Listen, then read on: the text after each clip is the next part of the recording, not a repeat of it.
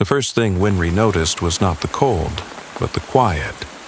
No birdsong, no engine, just the sound of her own breath misting into gray. Then came the smell of wet earth, the scratch of leaves against her cheek, and finally, the warmth, not from her coat, but from the weight beside her. Something breathing, something staying. And when her vision cleared, she saw him, a massive dog, still and solemn, as though guarding a sacred thing the world had forgotten. Before we begin this unforgettable story, would you mind sharing where you're from in the comments? And if stories of love, loyalty, and second chances move you, please give this video a like and consider subscribing. Outskirts of Pinebrook. A quiet logging town tucked between the Cascades in Oregon. Late October, near midnight. The rain had been falling steadily for hours, turning dirt roads into rivers of mud. Thunder rolled distantly across the darkened treetops. A black Lincoln Navigator crept along a remote, unpaved road at the forest's edge. Inside the car, the air was tense and quiet, the only sound being the rhythmic sweep of the wipers against a windshield streaked with rain. Behind the wheel sat Sterling Bellamy, a man in his early 40s, tall and composed, with ash-blonde hair slicked back perfectly even in the damp air. He wore an impeccable charcoal gray suit that clashed violently with the muddy wilderness outside. Sterling was the kind of man who always smelled of expensive cologne and calculated ambition. A man who built an empire by believing empathy was a weakness. His blue eyes, cold as the October wind, flicked occasionally to the rearview mirror, not with concern, but with calculation in the back seat, nestled between a designer handbag and a coat she could never afford. Was Winry Bellamy. 6 years old, pale, shivering. Her green eyes, vivid and strangely ancient, were heavy-lidded from fever. Her curly dark hair clung to her damp forehead, and the soft pink dress she wore was soaked through with sweat and rainwater from a broken window Sterling hadn't bothered to fix. Winry hadn't spoken a word in days, not since her last ear infection had worsened, or since she'd heard the word defective whispered by her father on the phone. Sterling's grip on the steering wheel tightened as he checked the time. 11:43 p.m. The media gala in Portland was tomorrow morning. A child with a medical condition, let alone one with a hearing disability, didn't fit the image of the pristine, philanthropic tycoon he projected. He spotted a narrow clearing, just wide enough to maneuver the car. He turned sharply, the tires sliding in the mud before jerking to a stop. For a few seconds, he didn't move. The rain drummed heavily on the roof of the SUV. "It's better this way," he muttered, eyes forward, jaw locked. "This isn't what I signed up for." He got out, the rain immediately soaking his tailored clothes. He opened the back door, reached in, and unceremoniously lifted Winry into his arms. She was fever-hot, limp like a doll. Her breath came in shallow, wheezing gasps. Sterling walked 20 feet into the woods. His shoes sank with every step, leaving behind deep prints already filling with water beneath 2 massive Douglas firs. He knelt and laid the girl in a patch of wet ferns. Winry stirred. Her lips moved, but no sound came out. Her little hands grasped at the air blindly, reaching for a father who was already walking away. Sterling didn't look back. Behind the trees, obscured by shadows and rain, a pair of eyes watched. Griffin had seen humans before, but rarely like this. He was a German shepherd, nearly 7 years old, large and powerful with sable fur that shimmered like silver and ash. His body bore the scars of past abuse, thin pale lines on his flanks, a slight limp in his back right leg, a notch missing from his left ear. Once, he had belonged to a government-contracted K-9 training facility, a place that promised honor but delivered only pain. He'd escaped 2 winters ago, living ever since in the margins of Pine Brook's forests, too smart to be captured, too haunted to trust again. He'd smelled the car before he'd seen it, heard the engine, heard the thud of something soft hitting wet ground. His instincts screamed predator. But when he crept through the underbrush and saw the small, still form, something changed, the way the child lay there. Not crying, not moving. It wasn't prey. It was wrong. Griffin padded forward slowly. The rain had soaked the girl's dress. Her cheeks were flushed dangerously. He sniffed gently. She didn't stir. He sat beside her for a long time, and then, with a surprising gentleness, he took the edge of her dress in his mouth. He began to pull. The storm had dulled to a relentless drizzle, but fog still clung to the hills like an old memory. Dawn had yet to break. In the dense woods surrounding Pine Brook, the trees whispered with rain and wind as Griffin trudged forward, dragging the child with painstaking care. His jaws held fast to the hem of Winry's sodden pink dress, her body bumping gently over roots and damp leaves. His movements were slow but deliberate, always choosing the clearest path, avoiding sharp rocks and deep puddles. The forest recognized him as its own. He had learned to move with it, not against it. It had taken Griffin nearly 2 hours to reach the edge of the Whitaker farm, a modest stretch of land that clung stubbornly to the edge of civilization. The barn, with its rusting tin roof and red paint long faded to dusty rose, was barely visible through the mist. Griffin paused at the gate, the metal cold against his nose, then pushed through a loose panel he'd slipped through once before when stealing leftover feed in leaner months. He dragged the child straight to the covered lean-to beside the barn, where a pile of straw lay dry and untouched. Winry groaned softly, her head rolling to one side, inside the nearby house. A yellow light flickered to life. Coraline Whitaker, known simply as Cora, had been awake most of the night, though she hadn't meant to be, in her mid-20s. Cora stood at 5'8", lean from daily chores and wiry with strength born from stubbornness. Her long brown hair was pulled back in a simple braid, and her face, though pretty, carried the telltale signs of exhaustion. Dark shadows under the eyes, a small tension line between her brows. After her mother passed during the early COVID years, Cora returned from college to care for her aging father and the farm. The isolation suited her more than she'd admit. She'd grown guarded. With a sharp tongue and a softer heart, she hid like it was worth gold. This morning, something felt off. It wasn't just the barometer in her bones or the creek that had risen past its banks. It was instinct. She shrugged on a flannel jacket and pulled on her boots, stepping out onto the porch. The moment her boot hit the wet wood, she heard it, a low whine, by the barn. She grabbed the flashlight from the peg by the door. When she reached the lean-to and swung the light down, what she saw stole her breath. A child, no older than 6, was curled tightly in the straw, soaking wet and burning with fever. Beside her stood a dog, massive, soaked, and watching her with unblinking eyes.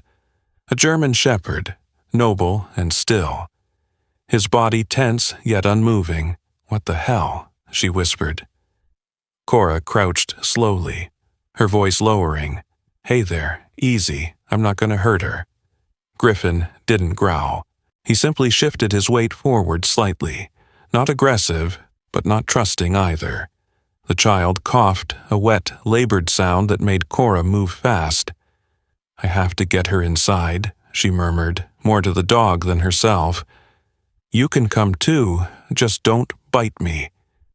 She reached out carefully, placing one arm beneath Winry's knees and the other under her shoulders.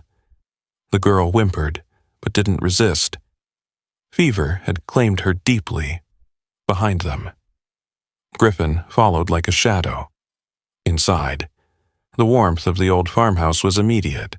The living room still smelled faintly of wood smoke and lavender oil. Cora gently laid Winry on the worn brown couch, then called up the stairs. "Da-dee," the sound of heavy footsteps echoed above. Ray Whitaker, 60, former veterinarian and lifelong widower, descended with practiced slowness, broad-shouldered, with a salt-and-pepper beard and calloused hands. Ray was a man of action more than words.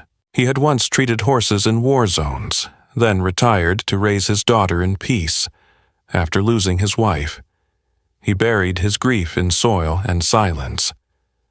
Cora didn't wait. She was outside, in the barn. The dog brought her. Ray's eyes scanned the scene quickly. He moved to the girl, pressing the back of his hand against her flushed cheek. "She's burning up. Get towels. We'll need to cool her down first." As Cora ran to the kitchen, Ray looked at the dog. "You did this," he murmured. Griffin met his gaze, unblinking. "Hell of a thing," Ray said quietly. "Hell of a thing." They worked fast, stripping the wet dress, applying damp cloths, warming the girl's feet, checking for injuries. Griffin remained nearby the entire time, sitting squarely between the couch and the door, a silent sentinel when the fever broke just before sunrise. Cora slumped onto the armchair, her hands trembling. "She's stable," Ray said. "Still no idea who she is." "No," Cora replied. "She hasn't said a word. I don't even know if she can—" Ray frowned. "She might be mute, or maybe deaf." Griffin stirred as if in response. "She's not from around here," Cora added. "No missing child alerts, no name tags, no ID." Ray exhaled. "We'll call the sheriff, but quietly. The world doesn't need to know right away." They sat in silence, outside. The drizzle had returned. Softer now, like the forest was whispering its approval. Then, the phone rang. Cora stood and walked to the receiver. The old landline barely worked anymore. She picked up, "This is Whitaker Farm." The voice on the other end was low, hesitant. "Maggie, from the county office, an older woman with kind eyes and a loose tongue. Cora," she said. "I heard Bellamy Industries is filing for emergency zoning override. Says there's an abandoned stretch of forest right by your land they want to develop." Cora's spine stiffened. "That land isn't abandoned. Tell that to the papers they're filing. Sterling Bellamy's team is moving fast. Looks like they want to dig roads by winter." Cora thanked her and hung up. Ray saw the look on her face. "Problem. Big one." Cora said, "The same company trying to take our forest just might have left that child to die in it, behind her." Griffin let out a low sound, not quite a growl, not quite a whimper, but it meant something. It was the wind that stirred her first. The storm had retreated into memory, leaving behind a dull, overcast sky and the crisp bite of early November air slipping through cracked windows. The farmhouse was still, its heartbeat slow and steady, on the old couch beneath a crocheted quilt. Winry Bellamy opened her eyes. For a moment, she saw only colors: brown ceiling, faded green curtains, warm yellow walls, and then she blinked into awareness, her vision sharpening. Her breath was shallow. Her small hand twitched under the blanket, reaching for something that wasn't there across the room. Griffin raised his head. He had not moved all night, lying coiled at the base of the couch like a stone guardian, when he saw her eyes open. He stood slowly and placed one heavy paw beside her shoulder. Nudging her with his nose, she turned to him, and in that quiet gaze between them, something passed. Recognition, not of name or place, but of presence. He had carried her from the woods. She knew this. The house remained quiet. And still, Winry didn't speak. She didn't cry. Her eyes darted around, alert and searching. But when the floorboard creaked under the footfall of someone entering the room, she didn't react. Cora Whitaker had just stepped inside with a bowl of warm oatmeal. Her flannel sleeves rolled to her elbows, a smudge of flour on one cheek. She paused, surprised to find the girl awake. "Hey there," Cora said gently, setting the bowl down. "Look who's up." Winry didn't turn her head. Cora tried again, walking closer, her voice soft. "Are you feeling okay? Hungry?" "Still nothing?" Cora crouched beside her. "Sweetheart," she whispered. Then she stopped. Winry's eyes were alert, almost too alert. She was looking at Cora's lips, not her eyes. The girl's brow was furrowed, not in confusion, but in focus. She was trying to read something. Cora slowly brought her hand to her lips, then waved gently. Winry's gaze followed. Cora touched her own chest, then extended her palm outward. "Hello?" Winry blinked. Her mouth twitched. Then, hesitantly, she repeated the gesture. "Hello?" Cora exhaled with both awe and grief. "She can't hear," she murmured. "She's deaf." Just then, Ray Whitaker entered. Wiping his hands on a cloth, I ran her description through local alerts. Nothing yet. He paused when he saw Cora's face. "She's deaf," Cora said again. "I'm sure of it." Ray's face softened. "Explains a lot."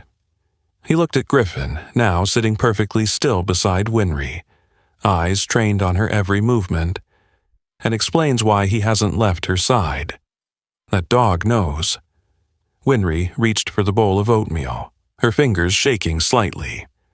Cora helped her sit up, adjusting the pillow behind her.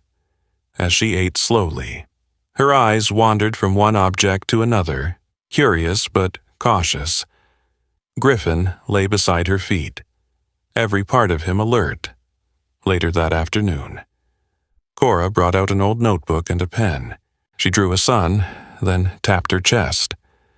Winry looked confused at first, then began to copy. She drew a tree, a house, a dog. When Cora pointed to Griffin, Winry's lips curved into the faintest smile. She tapped his head and wrote a name underneath. "Dog," Cora smiled. "He has a name. Griffin." Winry studied her lips. Then she pointed to herself, tapping her chest softly. "Winry?" Cora guessed. The girl's eyes lit up. She nodded quickly, behind them. Ray leaned against the kitchen doorway. "She trusts you," he said. "I think she trusts him," Cora replied, glancing at Griffin. That night, after Winry had fallen asleep, Cora and Ray sat at the kitchen table. "We need to know who she is," Ray said. "She didn't just appear in the woods. Someone put her there." Cora nodded. "I have a guess, just a hunch." She opened her laptop and typed in Sterling Bellamy missing daughter. No results. But the corporate news had been buzzing since the morning. Bellamy Industries was moving fast on their zoning override, and Cora had a strange feeling in her stomach, the kind she'd learned not to ignore. "What if she's connected?" she said, half to herself. "To the man trying to buy our forest." Ray frowned. "That'd be one hell of a coincidence." Across town, Sterling Bellamy stood in front of a mirror in his Portland penthouse. His jaw was clenched. He had rehearsed the speech 3 times.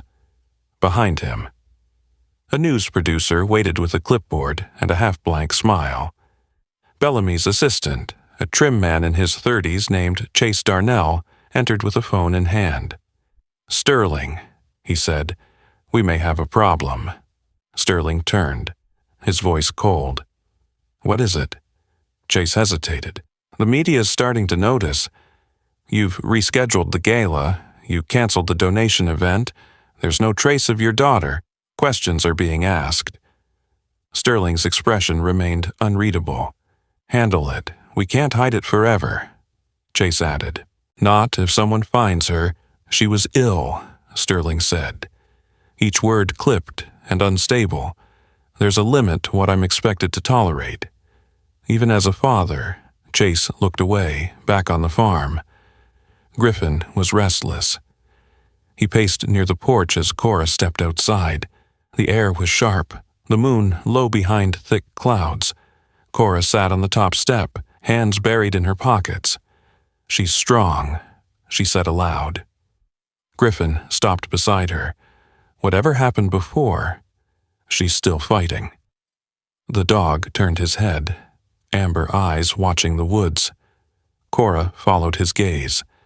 I have a bad feeling, she whispered, like someone's going to come looking. The frost came overnight, by dawn. The grass across the Whitaker farm crackled under bootsteps, and the old red barn glowed softly in the cold morning light. A sharp wind ran across the fields, bending dry stalks and scattering brittle leaves across the porch. Inside the farmhouse, the air was warm, but tension clung like mist to the windows. Cora Whitaker, sleeves rolled and jaw set, stood by the sink rinsing dishes as she watched Winry draw quietly at the table. The little girl had taken to sketching scenes, trees, a dog, a woman with white hair on pages torn from Cora's notebooks. Her lines were simple but focused, her hands deliberate. She worked in silence, as always, but her eyes shone brighter now. Across the table lay a folded piece of paper, yellowed and creased at the edges. It had slipped from Winry's old pink dress the night before, while Cora was washing it, the moment she saw the handwriting. Cora's heart had stopped. The loops and curls were careful, practiced, the kind only older women or schoolteachers still used. She hadn't opened it yet. Ray entered from the hallway, still adjusting his flannel shirt. "Coffee?" he asked. Cora nodded. "We need to talk. Let me guess. About the car parked just down the road." She turned sharply. "What?" He set the coffee mug down gently. "Black Cadillac Escalade, government plates. I saw it from the north fence line about 30 minutes ago. They didn't drive all the way up, just parked and waited." Cora glanced at Winry, who remained unaware, lost in her drawing. It's him. Ray didn't need to ask who. He just sighed and grabbed his coat. The knock came 10 minutes later. Cora opened the door to find Sterling Bellamy standing on her porch. His tailored navy coat was speckled with frost, and a thin silk scarf was wrapped around his neck as though to shield him from more than the cold. Behind him stood a man and a woman, both in neat suits, holding slim folders. The man had silver hair, thin-rimmed glasses, and the uptight posture of someone who'd spent a lifetime in courtrooms. The woman was younger, early 30s, with tightly pulled-back auburn hair and a no-nonsense expression. She held a leather-bound case and a county badge clipped to her belt. "I'm here for my daughter," Sterling said, voice flat, rehearsed. "This doesn't have to be unpleasant." Cora didn't move from the doorway. "She's not ready to see you. She's my child." Ray stepped up beside her. "She's a child, period. That's what matters right now." The older man stepped forward. "I'm James Heller, Mr. Bellamy's legal counsel. This is Miss Natalie Groves, from Child Protective Services." Cora glanced at the woman, whose gaze softened slightly. There was a flicker of hesitation in her stance. "We've received reports that a missing child may be on your property," Heller continued. "We're here to confirm that and, if appropriate, facilitate reunification." "She's not missing," Cora replied, her voice rising slightly. "She was abandoned. There's a difference." Winry, from inside, had noticed the noise. She stood just behind Griffin, who now stood alert near the door, tail stiff, hackles rising. Sterling stepped closer, and the moment his eyes met Winry's through the doorway, She froze. Her fingers gripped the doorframe. Her breathing changed. And Griffin, seeing her fear, let out a low, guttural growl that filled the porch like thunder in a canyon. Sterling's composure cracked. "That dog is dangerous." "No," Ray said. "He just remembers you." Natalie Groves, eyes now locked on Winry, took a cautious step forward. "May I speak with her?" "She's deaf," Cora said quickly, "but she understands sign." Natalie turned to the girl, knelt slowly, and lifted her hands. Her signing was slow, a little stiff, but practiced. "My name is Natalie." "Are you safe here?" Winry hesitated, then raised her hands and responded. "Yes, I am safe. Please don't take me." Natalie's face changed. Just a breath. But it was there, the tremor of something deeply human. Sterling stepped forward again, impatient. "This is absurd. She's a child. She doesn't know what she's saying." Winry turned, ran into the house, and came back clutching the folded paper. Her hand shook as she handed it to Cora. Cora unfolded the page, reading quickly. Her jaw tensed. "She has a letter," she said, "from her grandmother. It's addressed to you." "Mr. Bellamy." Heller took a step forward. "That's not admissible. She wrote you before she died," Cora continued, voice firm, "begging you to care for Winry. She included the girl's medical history, her condition, everything, but you ignored it. And now she has that letter as proof you knew, proof you left her." Sterling's face twitched. "You can't prove I read it." Griffin moved forward again, growling louder now. His eyes didn't blink. Ray stepped in front of the dog. Natalie Groves glanced between the parties, then addressed Cora. "May I see the letter?" Cora handed it over. Natalie read it carefully, lips pressed tight. When she finished, she looked up. "This changes everything," she said. Sterling's mask dropped. "She's my daughter. She doesn't feel like yours." Cora snapped. "And that dog? He was trained by one of your subsidiaries." He flinches when men in suits raise their voice. Ask yourself what kind of company leaves dogs and girls broken the same way. Sterling stared at Griffin, who returned the gaze with something older than hatred, memory, laced with fear and resistance. Natalie stood straighter. "Until we complete a full investigation, Winry will remain in temporary protective custody here." Sterling took a step back, as if struck. "You can't be serious." "I am," Natalie said. "And if you step foot on this property again without legal clearance, you'll be in violation of state custody law." The Cadillac left with a squeal of tires on gravel. Inside, Winry returned to her drawing, silent but calmer. She sketched the porch, the trees, and beside a small figure with short hair and a scarf. Clearly, Cora. She drew Griffin standing tall between them and a large black car. She labeled it safe. It was a Tuesday morning, unlike any other Pinebrook had seen. The courtroom, housed in a modest brick building that usually handled land disputes and traffic tickets, was unusually full.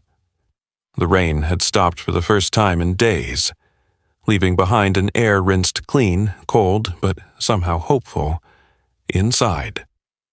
Cora Whitaker sat at the front bench, a worn green cardigan buttoned to the top over her flannel shirt, her fingers clenched around a legal pad. Her eyes never strayed far from Winry, who sat beside her, feet not quite touching the floor. The girl wore a simple blue dress and had her hair braided down the middle, neat and shining.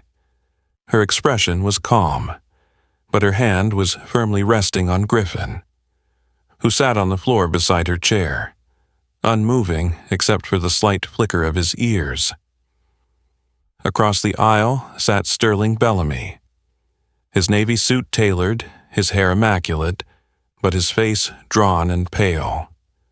The sharp confidence he wore like a mask had begun to slip. His legal team, led by James Heller, whispered quietly beside him, sorting through folders and affidavits that had begun to weigh less than public opinion. At the judge's bench stood Judge Clara Maddox, a woman in her late 60s with a sharp jawline, silver hair pulled into a knot, and eyes like polished granite, known for her no-nonsense demeanor and deep fairness. Clara had built her reputation not on sympathy, but on an unshakable sense of justice, shaped, perhaps, by the loss of her own daughter in a custody battle years ago. That loss had never softened her. It had carved her. The court will now hear the petition for emergency protective guardianship, she announced, her voice clear and steady. Case number 118 AC. Bellamy v. Whitaker. A low murmur rippled through the small audience. Reporters were barred from cameras, but not from pens. Cora rose. Your Honor, we are here to request temporary custody of Winry Bellamy on the grounds of abandonment, verified documentation, and video evidence of prior neglect and psychological distress. Heller rose in turn, smoothing his jacket. Your Honor, my client is the biological father of the child. He acknowledges past miscommunication, but insists he was unaware of the child's location and condition. He seeks reunification and custody restoration. Judge Maddox gave no reaction. Proceed with evidence. Cora turned to Deputy Marshal Fenn, a broad-shouldered man with a shaved head and a quiet presence, who wheeled a small monitor forward. He nodded and pressed play. The room fell silent as the screen came to life. It was footage from one of the Whitakers' old trail cameras, mounted high in the woods. The grainy video showed the unmistakable image of Sterling Bellamy, illuminated briefly by his car's headlights, dragging Winry from the back seat and placing her in the dirt. His voice could barely be heard over the wind. This isn't what I signed up for. Then silence and retreat. Several in the room inhaled sharply. One of the court clerks dropped her pen. Sterling's face flushed, then went blank. Griffin let out a quiet, low exhale, not a growl, just a breath heavy with memory. Cora turned toward the bench. We didn't know the camera had picked it up until yesterday. That's the clearest we've ever seen what happened. Judge Maddox raised her eyes from her notes. Is there any challenge to the authenticity of this footage? Mr. Heller looked to Sterling, who remained motionless. No, Your Honor. Maddox tapped her gavel once. The court recognizes the footage as admissible evidence. Does the child wish to speak? Cora glanced down. Winry was already standing. She moved to the center of the room, Griffin walking beside her like a shadow. Once they reached the front, she turned and faced the judge, slowly, deliberately. She lifted her hands. The room held its breath. He left me in the woods. He said I was a mistake. Griffin saved me. They love me here. I want to stay. Judge Maddox blinked, lips parting slightly. Then she turned to the court recorder. Please note for the record that the child communicated via fluent American Sign Language and was interpreted by Ms. Whitaker, whose proficiency has been evaluated and verified. There was a beat of silence. Then Maddox lifted the folder before her and closed it with a decisive snap. In light of overwhelming evidence, the testimony of the minor, and the psychiatric evaluation submitted last night by Dr. Vance. She nodded toward a quiet man in a gray cardigan, seated behind Ray. This court grants temporary custody of Winry Bellamy to Coraline and Raymond Whitaker, pending a full custody review. Sterling rose. You can't. Judge Maddox's voice was like stone. Sit down, Mr. Bellamy. He did, Maddox continued. Additionally, due to his past as a certified working canine, and his current behavior and unique connection to the child. This court officially recognizes Griffin as a registered therapeutic support animal for minors with hearing impairments and trauma. His status is hereby protected by Oregon state law. Cora's knees nearly gave out. Winry turned and hugged Griffin tightly. The dog leaned into her, head bowed as if understanding every word. Sterling remained seated, unmoving. As the courtroom emptied, in the following weeks, word of the court's decision spread quickly. Media outlets that had once praised Sterling Bellamy for his philanthropic leadership now ran exposés on past donations connected to silenced whistleblowers. CPS launched an inquiry into the facility where Griffin had once been trained, revealing decades of unethical conditioning and experimental canine behavior control. But at the Whitaker farm, life didn't slow down. With the support of local grants and a surprising donation from an anonymous source one Cora suspected had gray hair and a bent sense of redemption, the Whitaker property was rezoned as a certified therapeutic sanctuary. They called it Griffin's Gate, a center for abandoned, differently abled, and traumatized children.